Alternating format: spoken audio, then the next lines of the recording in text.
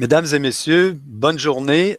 Ici Pierre Saint-Laurent et bienvenue à notre webinaire Empire Vie qui porte aujourd'hui sur l'aperçu du budget fédéral 2019.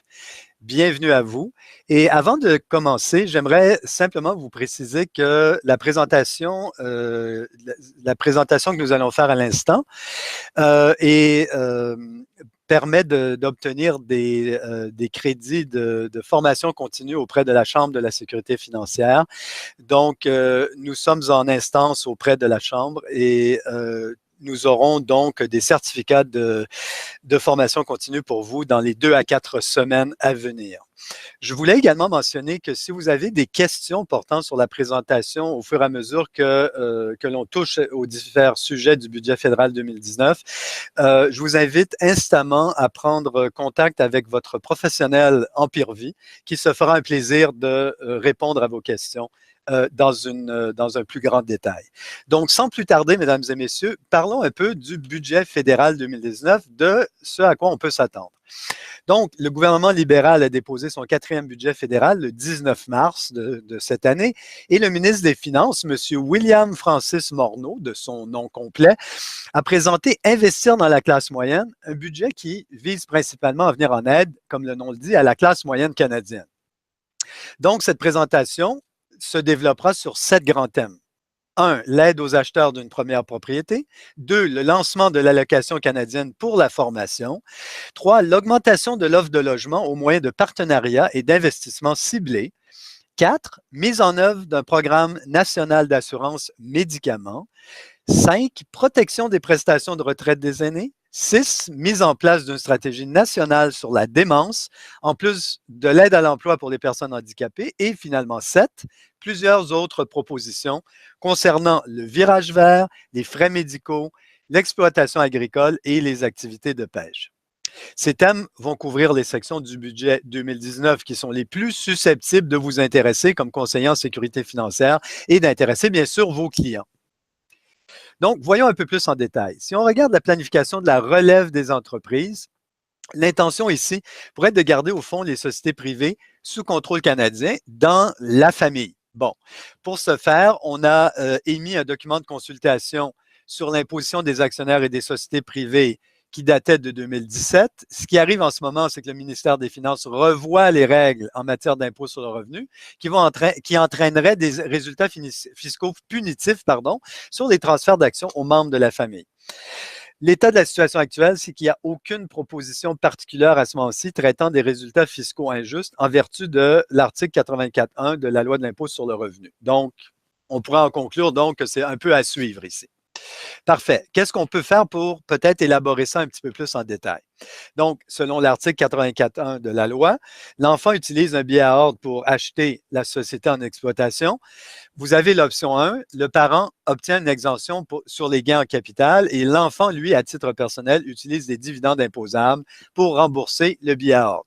Le problème, c'est que l'option 1 coûte très cher à l'enfant en raison du haut taux d'imposition sur les dividendes utilisés pour acheter les parts du parent. OK, donc il y a une autre option ici, l'option 2 que vous voyez à l'écran, qui est que la société de portefeuille de l'enfant utilise des dividendes intersociétés libres d'impôt de la société en exploitation afin de rembourser le billet à ordre. Donc, à ce moment-là, le parent va être réputé avoir reçu les dividendes imposables. Dans ce cas-là, bien sûr, il perd le traitement des gains en capital. Donc, examinons ça un petit peu plus en détail parce que cette option-là, elle est plus rentable pour l'enfant. Donc, 84.1 ici, c'est une règle évidemment qui est contre le dépouillement de surplus qui s'applique lorsqu'une personne vend des parts d'une société à une autre société ayant un lien de dépendance avec elle. Un exemple de ça, ça serait une autre société appartenant à la même personne. Donc, bon, ça c'est clair. Par contre, dans ce scénario-ci, le parent ne vend pas ses parts de la société en exploitation à la société de portefeuille. Le parent n'est, là je parle de l'option 2, le parent n'est pas propriétaire de la société de portefeuille, mais c'est plutôt l'enfant qui est le propriétaire. Okay? Donc, le propriétaire de la société en exploitation n'utilise pas un stratagème de dépouillement des surplus. Il s'agit en fait plutôt d'une façon de transférer la propriété de l'entreprise familiale à l'enfant propriétaire afin que lui, il puisse continuer de l'exploiter. Donc, l'un des problèmes par contre de ce scénario, c'est que la société de portefeuille est détenue par une personne qui est considérée par selon la loi sur l'impôt sur le revenu, comme ayant un lien de dépendance avec le vendeur. Et donc, il est question d'un parent qui vend son entreprise à son enfant.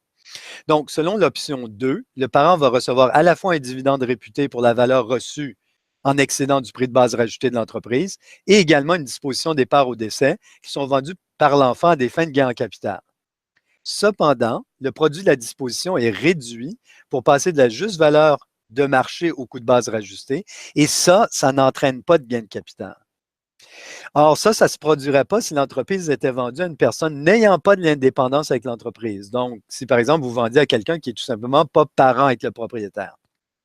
Notons par ailleurs que le budget n'en fait pas état et qu'il n'y a eu aucun rapport sur le document de consultation de 2017. Donc, à suivre. Regardons maintenant un autre aspect, les déductions accordées aux petites entreprises au chapitre de l'agriculture et de la pêche. Bon, qu'est-ce qu'on peut tirer de ceci? Les fermes peuvent dépendre d'autres entreprises. Qu'est-ce qu'on veut dire par là? C'est qu'au fond, le revenu déterminé de la société privée sous contrôle canadien n'est pas admissible à la déduction accordée aux petites entreprises. Paragraphe 125.7 de la loi. Donc, les agriculteurs et les pêcheurs qui, eux, vendent des produits agricoles ou de pêche à des sociétés coopératives agricoles, ou de pêche, bien sûr, qui ont ou non un lien de dépendance, n'ont pas le droit à la déduction accordée aux petites entreprises. Prenons un exemple. Une société d'exploitation agricole qui vend des récoltes à un grenier à céréales.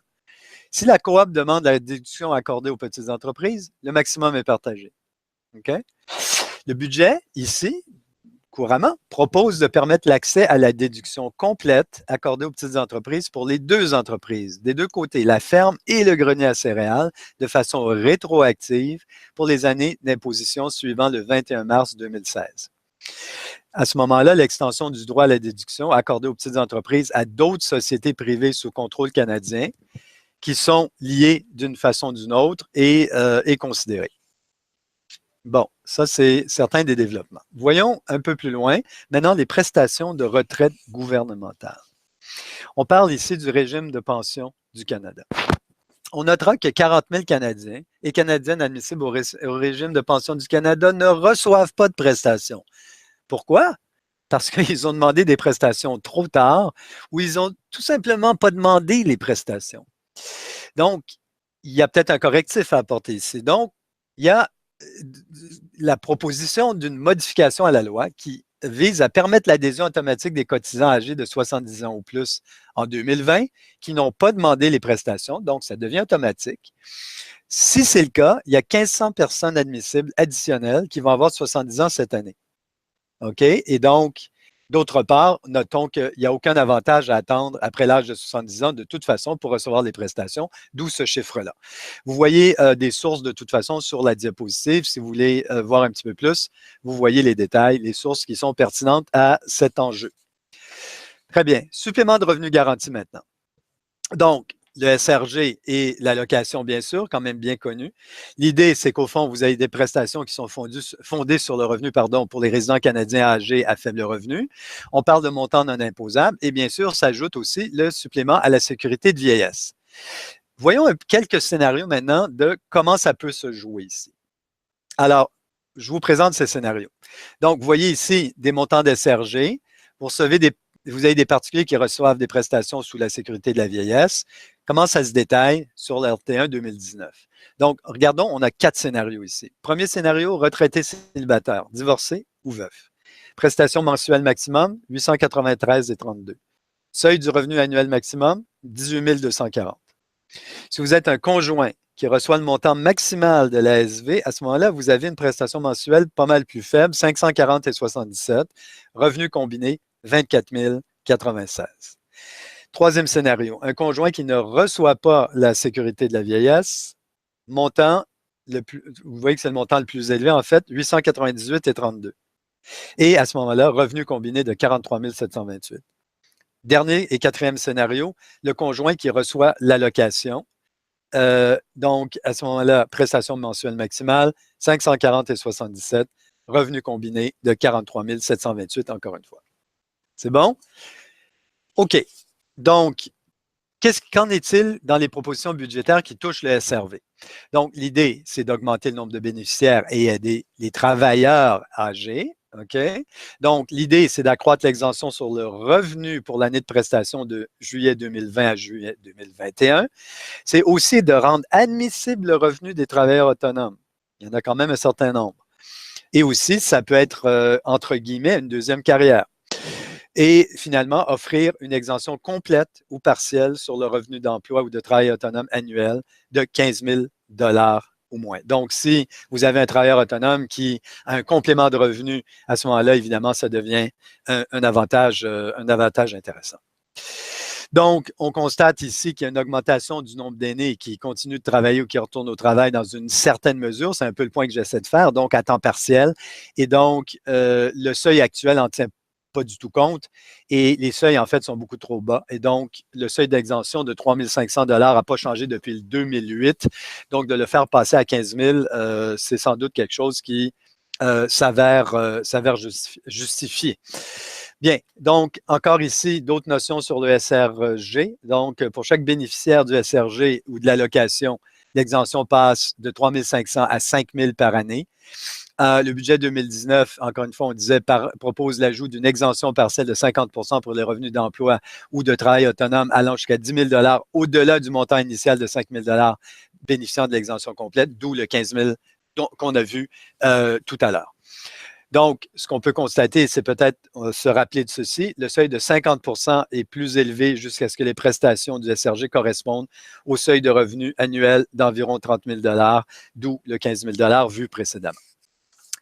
Bon, parlons maintenant ici de l'amélioration, finalement, de l'observation des règles fiscales. Bon, au fond, ce qu'on veut dire, c'est de régler les considérations de planification fiscale abusive.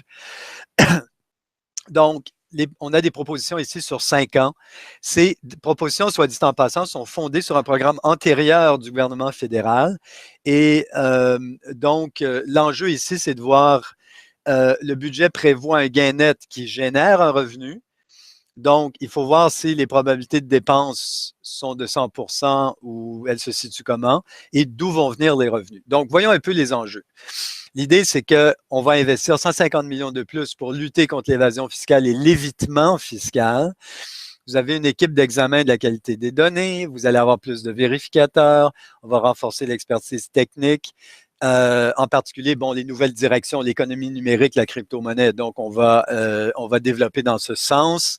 On va élargir aussi les programmes qui visent à lutter contre l'inobservation à l'étranger, donc le non-rapatriement des obligations fiscales. Plus de 65 millions de plus pour mettre à niveau aussi les systèmes de TI, de technologie d'information, afin de rester, je dirais, à jour et peut-être, en fait, établir une longueur d'avance sur des programmes d'inobservance, donc d'augmenter la visibilité sur les technologies de pointe. Donc, ce sont les enjeux, en fait, sur les propositions en observance. Très bien. Passons maintenant aux restrictions sur le compte d'épargne libre d'impôt, le CELI. OK? Qu'est-ce qui se passe de nouveau dans ce contexte? Bon, ce qu'on va constater, c'est que l'ARC considère que la négociation active de titres dans un CELI peut entraîner l'imposition des fiducies. C'est un sujet qui est couvert dans plusieurs documents qui ont été émis par l'ARC, pensez à CRA Views, par exemple, des différents projets de vérification aussi et des folios et des CELI. Donc, ceci se manifeste, si on veut, malgré les décisions contraires de la Cour qui concernent les REER. Donc, on traite les CELI d'une façon différente dans ce cas-ci. Et ce qui se passe, c'est que l'ARC a entrepris des vérifications quand même assez costaudes là, à l'égard de contribuables réputés exploiter une entreprise par l'entremise d'un CELI. Et évidemment, ça va inclure des cas de négociation active. Donc, c'est quand même important d'attirer l'attention sur ceci. Il y a de multiples documents qui vont vous étayer l'opinion de l'ARC. Comme je disais, il y a de multiples documents CRA Views qui touchent à ce sujet. Vous avez une cause en particulier qui est l'affaire Prochoc, sur laquelle la Cour a statué que la négociation active dans un REER n'était pas pertinente pour déterminer si le rentier exploitait une entreprise en ce qui concerne les transactions faites dans des comptes non enregistrés de particuliers. Donc, on ne peut pas inférer du comportement dans les REER ce qui se passe dans des comptes non enregistrés. D'autre part, l'ARC a mis à jour son projet de vérification des CELI et on retrouve ça dans un document SerraViews. Ce que je peux vous inviter à faire, il y a plusieurs sources là-dessus. Si vous voulez aller plus en profondeur sur ces questions, n'hésitez pas à contacter votre professionnel en PIRV qui se fera un plaisir de vous transmettre les références de documentation légale et fiscale et juridique qui pourrait vous intéresser sur ce sujet quand même assez approfondi. OK. Donc, si on regarde un peu plus loin le CELI, le placement abusif, donc, soyons clairs, le CELI ne devrait pas servir à exploiter une entreprise. OK? Donc, les revenus d'entreprise et les placements non admissibles dans un CELI, bien sûr, sont imposables. Et si on regarde au fond les propositions, ce qu'il faut constater, c'est qu'actuellement, le fiduciaire d'un CELI, OK? Donc, on parle ici d'une institution financière est conjointement et solidairement responsable du paiement de l'impôt en vertu de la partie 1 de la loi. OK? Donc, le titulaire du régime, lui, il ne l'est pas. Donc, si les actifs sont insuffisants dans le CELI pour payer l'impôt parce que le titulaire, bon, a retiré des actifs ou les a transférés dans une autre institution financière, le fiduciaire est responsable de payer l'impôt dû. Et donc, si on veut faire le contraste de ça, le titulaire du CELI, lui, est responsable de payer l'impôt en vertu de la partie 11.01 de la loi, s'il fait l'acquisition d'un placement non admissible ou interdit par l'entremise de son CELI. Donc, vous voyez, il y a comme une transmission de responsabilité. Et si je peux faire une citation qui vient du budget de 2019, afin de reconnaître que le titulaire du CELI est habituellement le mieux placé pour savoir si les activités du CELI constituent l'exploitation d'une entreprise, fin de la citation. Donc, sur cette base-là, le budget de 2019 propose que le titulaire du CELI soit dorénavant lui aussi solidairement responsable de l'impôt à payer sur le revenu tiré de l'exploitation d'une entreprise dans un CELI, en vertu d'un nouveau paragraphe à ce moment-là, 146.2 de la loi de l'impôt sur le revenu. À ce moment-là, le fiduciaire ne sera pas responsable de tout impôt prélevé si l'avis de cotisation statuant que les activités du CELI constituent l'exploitation de l'entreprise, à ce moment-là, est envoyé après que le CELI a été fermé. Donc, c'est essentiellement ce qu'on propose. Vous voyez à l'écran dans l'encadré en grisé, c'est effectivement ce qu'on va proposer et que je viens de vous expliquer, avec une date d'entrée en vigueur proposée de 2019. OK. Voyons un peu maintenant, et ça c'est un sujet quand même assez à la mode, le regain d'intérêt pour les RRI, les régimes de retraite individuels, et voyons aussi les nouvelles restrictions qui peuvent s'attacher aux RRI. Donc, on regarde ça ensemble si vous voulez bien. Tout d'abord, c'est quoi un RRI? Eh bien, un régime de retraite individuelle, c'est un régime de retraite, et ça c'est important, à prestations déterminées et à participants uniques. Donc, pensez une caisse de retraite à prestations déterminées, mais il y a une personne qui va être l'ayant droit de ce régime de retraite. Les montants des cotisations vont être établis par calcul actuariel, exactement comme une caisse de retraite que vous retrouveriez dans une société, par exemple. Donc, un actuaire doit, lui, faire rapport, au fond, sur le régime de retraite individuel. Pensez ici un REER, entre guillemets, grand format. Grand format parce que les manœuvres sont plus importantes. Hein, on a besoin de services actuariels et administratifs spéciaux à des fins de conformité. On tombe dans la loi qui touche les régimes de retraite. Et donc, à ce moment-là, les manœuvres sont plus importantes. Par contre, elles peuvent être très intéressantes. Justement, parlons des avantages, justement. On parle ici d'une rente annuelle à l'âge de 65 ans qui, et si vous connaissez les régimes de retraite, vous allez retrouver les chiffres, 2% des revenus selon les gains déclarés sur les T4 indexés, assujettis à une rente maximale. Et la beauté de la chose aussi, c'est qu'on peut ajuster les prestations en fonction de l'inflation selon l'indice de l'IPC. Donc, ça devient intéressant. On peut contribuer 2% par année, au fond, pertinente, année d'emploi, on va le dire comme ça, pertinente, et on peut ajuster à l'inflation. OK. Donc, creusons un petit peu plus en profondeur la motivation. L'idée, au fond, bien sûr, c'est d'accroître l'épargne retraite, c'est clair. OK? On va mettre de la structure en place, il faut que ça vaille la peine. Le but, c'est d'accroître l'épargne retraite. Deuxième élément, réduire le revenu imposable de l'entreprise, parce que ce que l'on fait, c'est qu'on cotise pour des services passés et alors on fait un rattrapage. OK? Ça peut être intéressant aussi pour retenir des employés essentiels. Vous offrez un régime de retraite individuel à vos employés clés. Donc, on parle de cadres et d'exécutifs, pour utiliser une autre façon de présenter. Ça peut devenir extrêmement intéressant pour les bonifier et les retenir.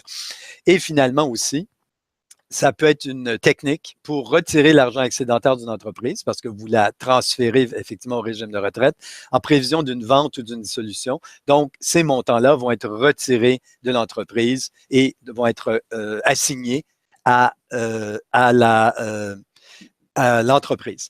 Donc, dans certains cas, on peut prendre, par exemple, certains exemples ici. Un démissionnaire qui crée une nouvelle société qui parraine un nouveau régime de retraite individuel. OK? Qu'est-ce qui peut arriver à ce moment-là? Vous avez un transfert complet de la valeur de rachat d'un ancien RRI ou un RPA à un nouveau. Donc, on peut le transférer. Et donc, ce que ça va faire, c'est que ça va éviter la limite de transfert prescrite. OK. Donc, c'est un sujet quand même assez spécialisé. Comme je disais, n'hésitez pas à demander plus ou à poser plus de questions sur ce sujet-là, le cas échéant. Quelles sont les intentions, par contre, du ministère des Finances dans ce contexte? L'idée, c'est qu'au fond, les règles qu'on a là, en ce moment, les règles pour les régimes de retraite enregistrés, qu'est-ce qu'ils permettent? Le transfert de la valeur de rachat totale à un autre régime de retraite à prestations déterminées offert par un autre employeur. Donc, on conserve la valeur. Ou une partie de la valeur de rachat, soit le plafond de transfert prescrit pour les cotisants à un REER, pardon. Ce qui voudrait dire à ce moment-là environ 50 %. OK? La partie restante à ce moment-là va être prise du revenu du cotisant de cette année et va être imposée à ce moment-là. OK? Donc, on a ces règles-là qui sont considérées comme normales. Par contre, ce qu'on veut proposer, c'est justement une restriction sur le transfert. Donc, interdire les versements de prestations de retraite d'un régime de retraite individuelle, effectivement, qui se rapporte aux années d'emploi antérieures, qui constitue un service admissible au titre d'un régime de retraite à prestations déterminées d'un employeur, autre que l'employeur participant au RRI. Donc, on parle d'un transfert ici. L'entrée en vigueur sera au 19 mars pour les services admissibles, donc, effectivement, au niveau du dépôt du budget. Donc, à noter que les règles pourraient changer ici, effectivement. Voyons maintenant qu'est-ce qui se passe dans le monde des rentes viagères admissibles au titre des REER. Et on parle ici de 2020 comme horizon de mise en application. Commençons par, si vous voulez bien, la rente viagère différée à un âge avancé, RVDAA. Effectivement, un acronyme de plus pour la retraite.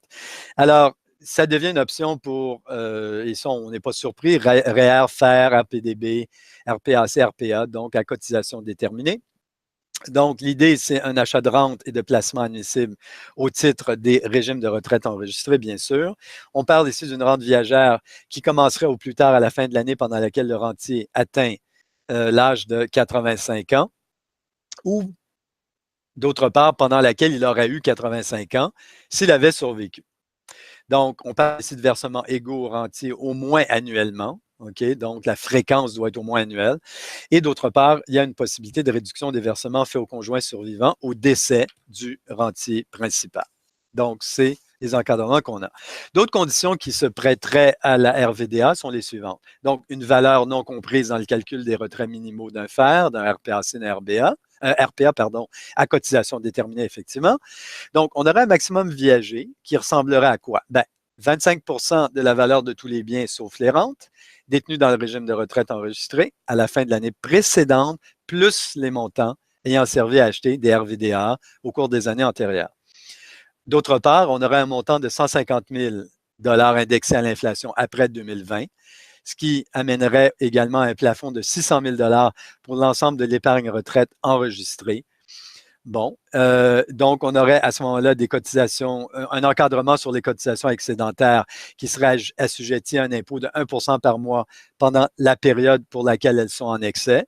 Et finalement, une exonération possible en raison d'une erreur raisonnable ou d'un rendement excédentaire du régime de retraite enregistré à la fin de l'année suivante, l'année de la cotisation excédentaire, donc quand même un coussin sur un excédent raisonnable. OK. Qu'est-ce qu'il y a de nouveau dans le contexte des RVPV, donc rente viagère à paiement variable. On parle d'une rente ici qui est permise pour les RPAC, les RPA cotisations déterminées. Donc, il nous faudrait effectivement avoir un minimum de 10 participants à la retraite. Les paiements donc, doivent commencer à la plus éloignée des dates suivantes, donc la fin de l'année civile durant laquelle la RVPV est acquise, ou la date à laquelle le participant atteint l'âge de 71 ans, donc la plus éloignée de ces deux dates. Les administrateurs pourraient alors établir un fonds de rente distinct dans le cadre de ce régime. Les paiements seront selon le rendement des placements du fonds sous-jacent et l'expérience de mortalité des rentiers. Donc, c'est une combinaison des deux. Le régime, lui, recevra des fonds du compte des participants et à noter, aucune cotisation directe des employés et des employeurs n'arrivera à ce moment-là. Donc, il faut que ça vienne des fonds du compte des participants. Parfait. Quoi d'autre par rapport au RVPV? Les droits du conjoint survivant, l'imposition du solde au décès et les prestations garanties au décès à ce moment-là vont ressembler à celles des rentes enregistrées habituelles. Donc, ça va être le genre d'encadrement du RVPV. On a des consultations sur les changements potentiels à quel niveau? 1, à la législation fédérale sur les normes de prestations de pension. 2, à la législation de chaque province sur les normes, là aussi, de prestations de pension. Et à noter, un projet de loi devra découler ou en découlera effectivement sur la base de ces consultations. OK, parlons maintenant du RAP. Donc, quelles améliorations sont prévues sur le RAP? Eh bien, on a ici bien sûr, vous savez que le RAP permet aux acheteurs d'une première habitation de faire un retrait libre d'impôt de leur REER pour payer la mise de fonds, bien sûr. Les retraits doivent être remboursés sur une période de 15 ans. Les remboursements commencent au cours de la deuxième année après le retrait et il n'y a aucun frais d'intérêt. On sait aussi que le plafond des retraites par personne, selon la proposition, passe de 25 000 à 35 000. Le RAP, donc, évidemment, le but, c'est évidemment de comprendre l'achat d'une maison plus accessible pour les personnes admissibles au crédit d'impôt pour personnes handicapées. Et on parle là, encore une fois, d'une entrée en vigueur au dépôt du budget. Donc, on parle du 19 mars. OK. Donc, c'est quoi l'idée de l'incitatif à l'achat d'une première propriété? Au fond, en vertu du programme ici, et vous voyez à l'écran qu'on parle d'une première propriété de la SCHL, ou l'incitatif, de la SCHL, qui est au fond un prêt hypothécaire avec participation. On parle de 10 de la valeur d'une habitation nouvellement construite, 5 de la valeur d'une habitation revendue, aucun paiement hypothécaire mensuel. La question pour laquelle on doit s'interroger, c'est les frais d'intérêt qui seraient attachés à ça. OK? Et finalement, l'incitatif serait remboursable à la vente de la maison. Alors, en vertu du programme, l'idée, c'est qu'au fond, les personnes qui demandent un prêt hypothécaire doivent en quelque sorte passer le test de résistance du gouvernement fédéral. OK? Donc, c'est une question de solidité financière. L'incitatif, dans ce cas-ci, abaisserait la barre pour les demandeurs puisqu'ils pourront demander un prêt hypothécaire moins élevé. Donc, comme le dit l'expression, le problème ici, c'est que le diable est dans les détails. Voici les détails. Le nouvel incitatif ne sera offert que pour les prêts hypothécaires, bien sûr, assurés par la SCHL, ça va. Mais certaines questions se posent et voyons certaines de ces questions-là. Donc, la première chose, c'est comment le revenu du ménage va-t-il être calculé? Selon l'année la plus récente ou selon une moyenne quelconque? C'est pas clair. Si le revenu est, par exemple, de 120 001 $, est-ce que les demandeurs seront inadmissibles à ce moment-là? Autre question. Une autre question qui vient à l'esprit, les acheteurs devront-ils payer des intérêts sur l'incitatif? J'avais soulevé ça précédemment. Le cas échéant, comment on va structurer l'intérêt? Quelle va être la structure ou la séquence de ces intérêts-là? Autre question, est-ce qu'il va y avoir des frais d'ouverture ou de tenue de compte? Applicable. Autre question, qu'adviendra-t-il si la participation à capital n'est pas remboursée avant que la maison ne soit vendue? Donc, finalement, la structure d'amortissement, comment ça va se passer? À titre d'exemple, une participation en capital signifie probablement que si la valeur de la maison augmente avec le temps, la valeur des capitaux propres détenus par le gouvernement augmentera elle aussi. Donc, comment on traite ça?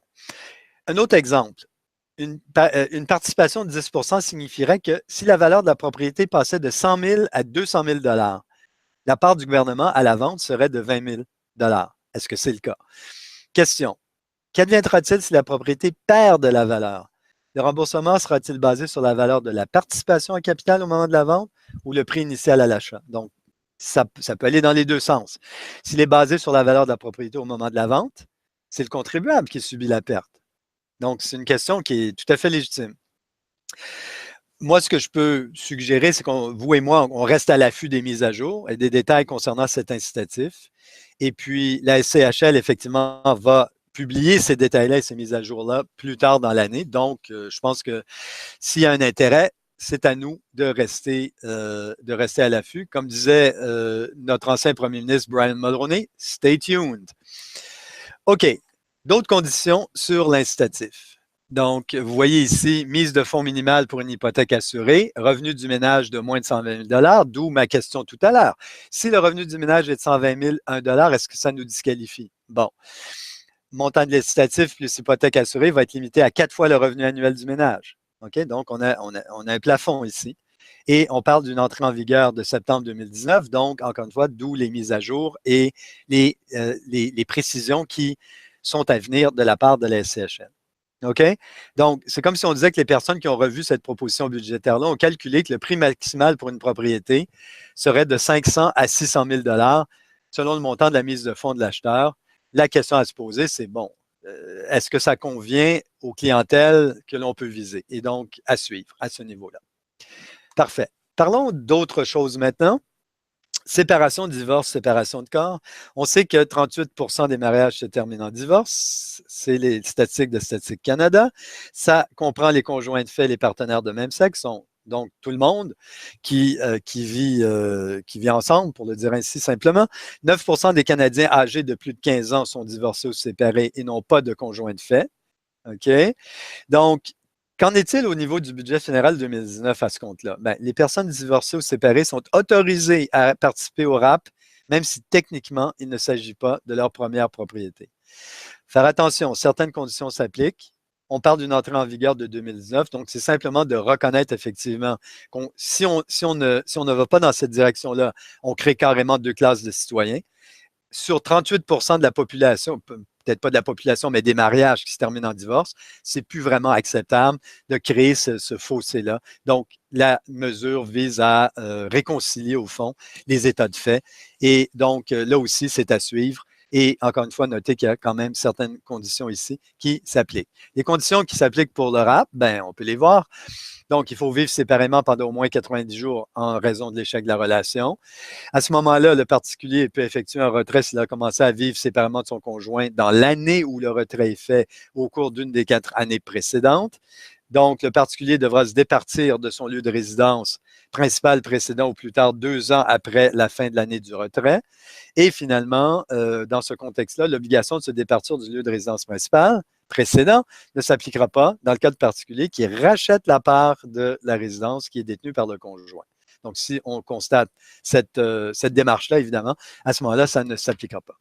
Donc, on a certains cas particuliers aussi qui peuvent s'appliquer. Donc, on les voit à l'écran dans l'encadré. La règle existante selon laquelle les particuliers ne peuvent acquérir l'habitation plus de 30 jours avant d'effectuer le retrait ne s'applique pas. Et donc, effectivement, on a une disposition qui vient en annuler une autre, si on veut. Deuxième cas particulier, le particulier n'est pas admissible si le conjoint ou lui-même détient le principal lieu de résidence au cours de l'une des 5 années civiles, y compris, donc précédentes, y compris l'année actuelle. OK? Donc, on peut dire au fond, peut-être si on veut résumer tout ça, que vous ne seriez pas en mesure de retirer des fonds si, d'autre part, ils sont dans un compte de retraite immobilisé ou dans un REER collectif d'employeurs. Donc, à noter ça aussi. Vous n'êtes pas autorisé à effectuer un retrait en vertu du RAP si le REER ne vous donnait pas déjà le droit de faire des retraits, qui auraient été imposés, bien sûr. Donc, il faut faire attention aussi à tous les frais ou les frais de rachat, ainsi qu'au rajustement selon la valeur du marché que cela pourrait déclencher. OK? Donc, on peut aussi constater que les acheteurs éventuels de propriété doivent, et c'est à noter, toujours remplir un formulaire T1036 qui confirme qu'ils ont conclu une entente écrite d'acheter une propriété précise. L'adresse doit être incluse dans le formulaire. OK? autre élément à noter, les remboursements dus durant une année précise doivent être faits dans les 60 jours, bien sûr, qui suivent la fin de l'année civile. Donc, c'est exactement comme les règles de cotisation du REER, vous vous en doutez, bien sûr. OK. Donc, un autre élément sur lequel le budget a voulu se pencher, l'accessibilité à l'éducation. On jette un petit coup d'œil ensemble, si vous voulez bien. Donc, les propositions de 2019, deux éléments, donc taux d'intérêt des prêts étudiants canadiens, puis d'autre part, peut-être rendre l'éducation un petit peu plus accessible au niveau des bourses. Donc, taux d'intérêt, réduire le taux d'intérêt flottant pour qu'il passe du taux préférentiel majoré de 2,5 points au taux préférentiel, donc une réduction du taux de référence, OK? Réduire le taux d'intérêt fixe pour qu'il passe du taux préférentiel majoré de 5 points au taux préférentiel majoré de 2 points, pardon. Donc, encore une fois, un dégrèvement de l'intérêt de référence ici. Et finalement, ajouter une période de non-remboursement de 6 mois sans intérêt. Donc, encore une fois, pour essayer de faciliter les choses pour les prêts étudiants. L'autre élément, c'est l'éducation sous la rubrique de l'éducation accessible, si on veut bien. Donc, une augmentation de la limite de la bourse canadienne pour la faire passer de 8 000 à 20 000 $. Donc, quand même, une augmentation que d'aucuns vont dire met à niveau. Il était temps de faire ça. Deuxième point, la bourse couvre les services à ce moment-là ou est en mesure de couvrir les services et l'équipement pour les étudiants ayant une incapacité permanente. Donc, on rajoute cette couverture. Très bien. Donc, dans le monde de l'éducation aussi, on sait qu'il y a un crédit canadien pour la formation qui est remboursable, qui est admissible. Donc, il faut être âgé de 25 à 64 ans à la fin de l'année, résider au Canada toute l'année, produire une déclaration de revenus pour l'année, puisque c'est pour la formation, avoir une rémunération de 10 000 $ ou plus, et finalement avoir un revenu net individuel pour l'année qui ne dépasse pas le plafond de la troisième tranche d'imposition pour l'année. Et dans le cas de 2019, on parle ici de 147 667 $. Notez que le seuil de revenu, normalement, devrait être indexé à l'inflation. Donc, c'est certainement à anticiper. OK. Comment ça marche? Les particuliers admissibles accumuleront 250 $ par année. Donc, vous avez une limite cumulative de 5 000 $. Le solde du compte théorique dépend donc des montants accumulés et utilisés au cours des années précédentes. Le montant demandé, lui, sera déduit de l'impôt payable ou remboursé, même si le particulier ne paye pas d'impôt. Et à ce moment-là, donc, le particulier peut demander le moins élevé de deux montants, soit le solde du compte théorique pour l'année d'imposition, ou la moitié des frais de scolarité et d'autres frais admissibles payés à un établissement d'enseignement canadien, le moins élevé des deux. OK? Donc, ça va être au maximum, si vous voyez bien, les frais de scolarité. On ne peut pas demander plus que ce que ça a coûté pour les frais de scolarité. Donc, une autre façon de le comprendre, c'est de dire que le Crédit canadien de formation, en fait, est jumelé à la prestation de soutien à la formation d'assurance-emploi. OK? Cette prestation va fournir 4 semaines de soutien du revenu aux 4 ans. Ce soutien va être de 55 % de la rémunération hebdomadaire moyenne. Et donc, les petites entreprises au Canada auront droit à une réduction des cotisations d'assurance-emploi pour les petites entreprises dès 2020, afin de compenser l'augmentation des coûts découlant des demandes d'employés pour cette prestation. Donc, il faut s'attendre à un ajustement en 2020 entre les entreprises et les employés par rapport à cette disposition. Très bien. Donc, voyons un peu maintenant une nouvelle disposition qui est un crédit d'impôt des particuliers pour les abonnements numériques. Alors, on propose ici un crédit d'impôt non remboursable temporaire pour les nouveaux abonnements numériques admissibles. On parle de 15 % du montant payé, un plafond de 500 $. Donc, on parle d'abonnements qui vont être offerts par des organisations journalistiques canadiennes admissibles. Donc, il va falloir spécifier ça. Et finalement, ça va être en vigueur pour les montants payés après 2019 et ça jusqu'à la fin de 2024. Donc, on a une disposition temporaire qui, présumément, va être sur 5 ans et qui va permettre, au fond, de bonifier, je dirais, l'attrait de l'abonnement numérique, donc de cette espèce de conversion sociale vers le numérique. Donc, pour essayer d'accélérer ceci. Bien, finalement, on va parler d'amélioration du soutien médical. En fait, ce n'est pas on va parler de ça pour l'instant. J'aurai d'autres dispositions un petit peu plus tard. Mais parlons ici de l'amélioration du soutien médical. L'idée, au fond, excusez-moi, laissez-moi revenir en arrière, peut-être faire un commentaire là-dessus avant de continuer. L'idée, c'est qu'il y a un conseil consultatif qui a été mis en place, qui porte sur la mise en œuvre d'un régime national d'assurance médicaments et qui a été créé conformément au budget fédéral de 2018. L'idée, au fond, c'est que, donc, en 2018, on a développé le conseil consultatif qui maintenant a fait rapport. Le rapport initial a été publié en mars 2019 et donc, ici, il s'agit d'une intention du gouvernement d'aller de l'avant avec les 3 éléments fondamentaux du rapport et c'est un peu ce dont je veux vous parler en ce moment. Quelles sont les intentions du gouvernement dans ce sens-là? Première intention, crédit d'impôt pour des frais médicaux. OK? Donc, il s'agit d'un crédit d'impôt fédéral non remboursable de 15 %. Les frais admissibles, je pense qu'on est assez familier avec ceci, frais admissibles qui dépassent 3 % du revenu net ou 2 302 $ en 2018. Et voici le changement. La proposition, c'est d'admettre des frais médicaux qui sont payés pour des produits du cannabis à partir du 17 octobre 2018. Donc, on fait une mise à jour à ce niveau-là. OK. L'autre idée qui est intéressante, c'est le régime enregistré d'épargne invalidité. Et ce qui se passe en ce moment, c'est que la limite actuelle de la période pendant laquelle ce type de régime peut demeurer ouvert une fois que le bénéficiaire n'est plus admissible au crédit d'impôt pour personnes handicapées est de l'ordre de 4 ans. L'idée, c'est de supprimer la limite. OK? Donc, c'est ouvert sur une période indéterminée par la suite.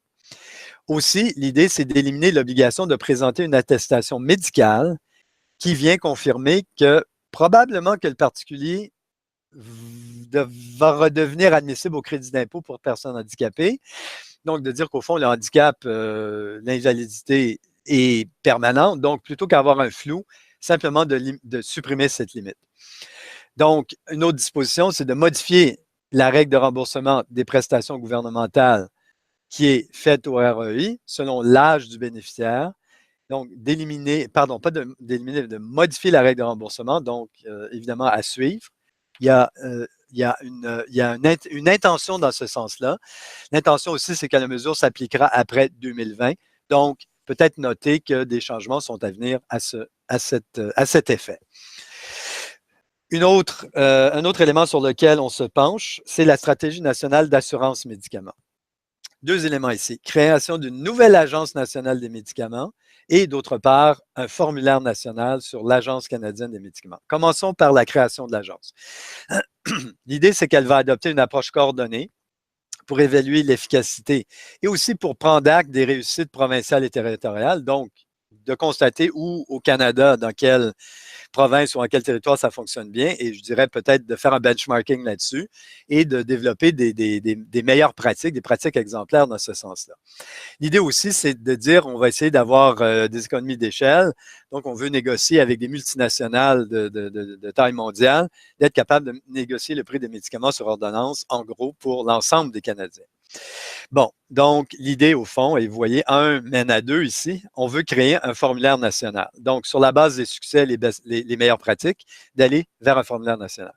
C'est quoi? Une liste exhaustive qui va être fondée sur des données probantes, justement, parce qu'on se sera inspiré de ce qui fonctionne bien pour les médicaments sur ordonnance, de fournir à partir de là la base d'une approche uniforme pour les faire inscrire au formulaire pour l'accès des patients dans tout le pays. L'idée, évidemment, c'est d'avoir l'assentiment et le partenariat avec les provinces, les territoires et les autres partenaires, donc à suivre.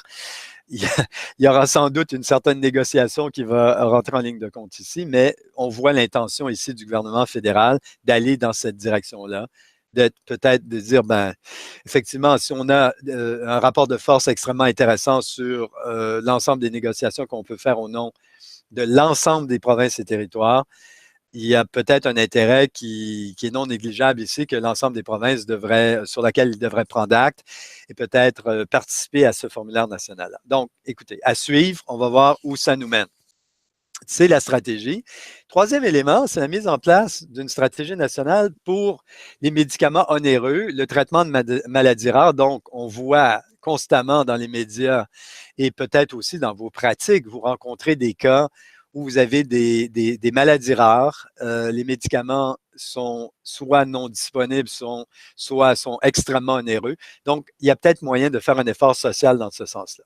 L'idée, c'est évidemment d'améliorer l'accès des Canadiens au traitement efficace et d'autre part, d'élaborer conjointement un plan.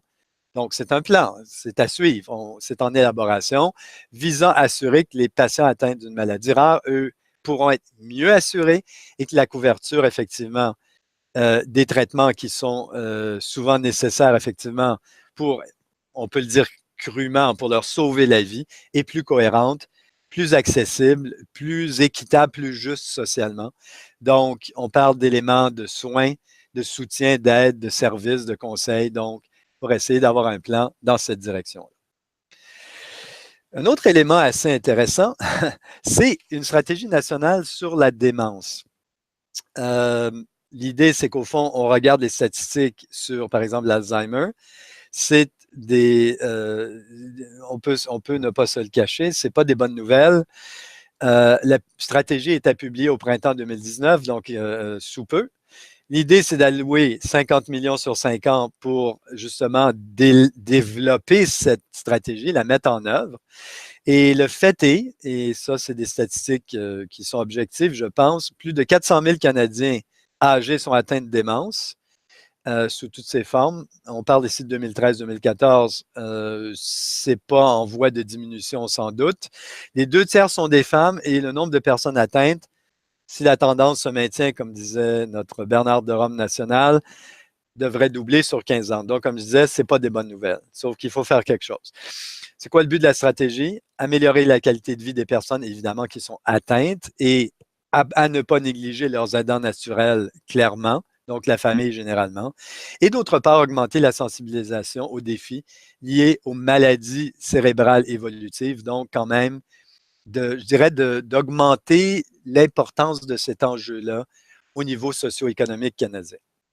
Donc, à suivre là aussi, la stratégie devrait nous être présentée sous peu. Parfait. Et finalement, ce que j'aimerais faire, c'est peut-être vous présenter un élément particulier ici qui va toucher, comme vous le voyez, les tendances à venir sur possiblement si on prend par exemple le développement des technologies à zéro émission, ça pourrait devenir intéressant. Donc, les déductions pour amortissement bonifié temporaire, qui elles aussi sont prévues en vigueur sur le dépôt du budget comme date.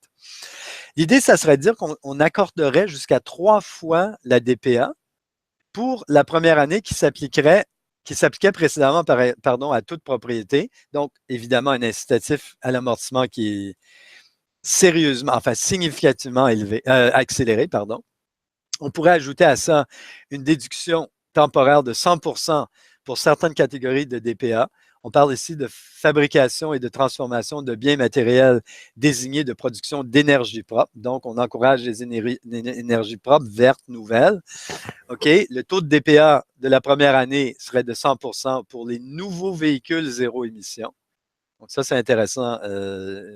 Ça peut être potentiellement extrêmement intéressant.